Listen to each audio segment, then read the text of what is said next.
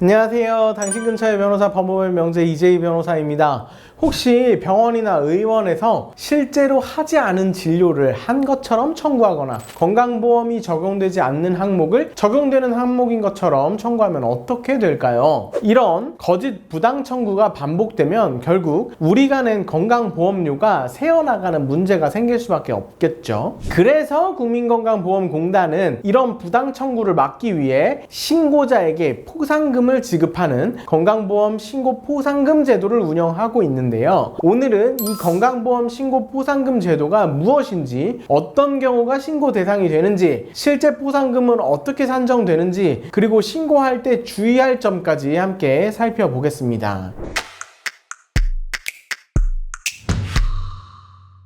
먼저 건강보험 신고 포상금 제도는 병원, 의원, 치과의원, 한의원, 약국 같은 요양기관이 건강보험 요양급여 비용을 거짓이나 부당한 방법으로 청구했을 때 그 사실을 신고한 사람에게 포상금을 지급하는 제도인데요. 최근 적발된 사례들을 보면 조금 더 쉽게 이해할 수 있습니다. 먼저 A치과의원, 65세 이상 환자에게 건강보험 적용이 가능한 이 임플란트 재료를 사용한 것처럼 요양급여를 청구했지만 실제로는 비급여 재료를 사용해서 약 5천만 원 상당을 부당하게 받았다라는 걸로 조사가 됐고요. 이를 신고한 내부 관계자에게는 1,100만 원의 포상금이 책정이 되었습니다. 또 B 요양병원, 외래 업무와 약국 보조 업무를 함께하던 간호 인력을 전담 간호 인력인 것처럼 신고를 해서 실제보다 높은 간호 등급을 인정받은 것으로 확인이 되었고, 이를 통해서 약 1,500만 원의 입원료를 추가로 청구를 했습니다. 이를 신고한 사람에게 400만 원의 포상금이 책정이 됐습니다.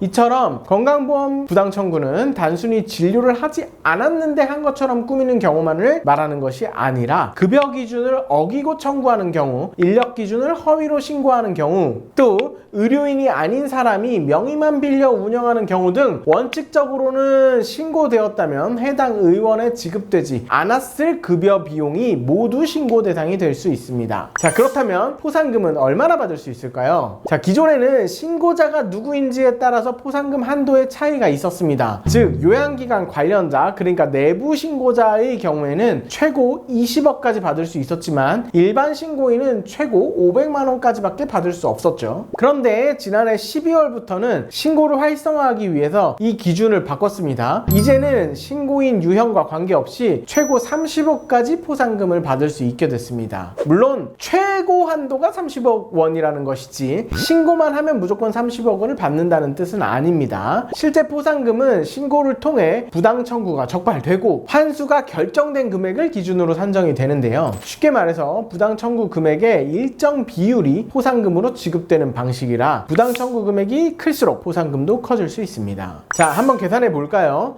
징수금 2,000원 이상 34,000원 이하는 만원 정액이고요. 34,000원 초과 1억 원까지는 징수금의 30%, 40억 초과는 4억 8천만 원 플러스 40억 초과 징수금의 4%로 되어 있고, 해당 계산 금액이 30억 원을 초과할 때는 최대 30억 원으로 됩니다. 제가 계산해 보니까 부당 징수금 670억까지는 포상금이 계속 오르지만 징수금 670억에서 포상금 30억 넘기고 나면 그 다음은 다 30억입니다. 자, 근데 중요한 점이 이게 징수금이라는 것이에요. 징수금은 공단이 신고인의 신고 사실과 관련해서 징수한 금액입니다. 징수할 수 있는 금액이 아니라는 거죠. 즉, 망해가지고 못 받았다 라고 하면 포상금도 없습니다. 자, 그럼 실제 신고는 어떻게 하면 될까요? 신고는 국민건강보험공단 홈페이지나 더건강보험 모바일 앱 등을 통해 할 수 있고, 공단 지사를 직접 방문하거나 우편으로도 접수할 수 있습니다. 다만 신고할 때는 단순히 의혹만 제기하기보다는 신고서와 함께 부당 청구를 입증할 수 있는 자료를 제출하는 것이 매우 중요한데요. 예를 들어 장부, 진료기록부 사본, 사진, 관련 서류 등이 있어야 실질적으로 조사가 진행될 수 있습니다.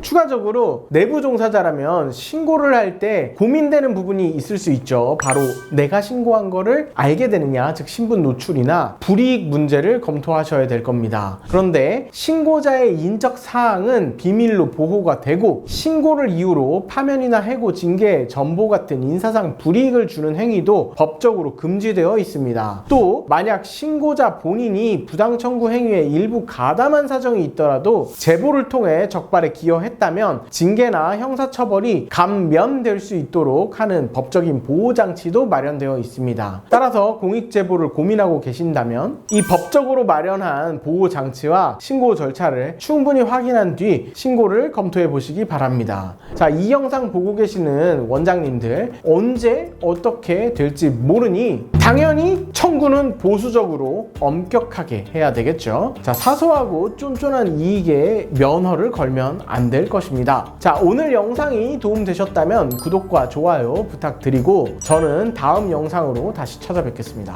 감사합니다.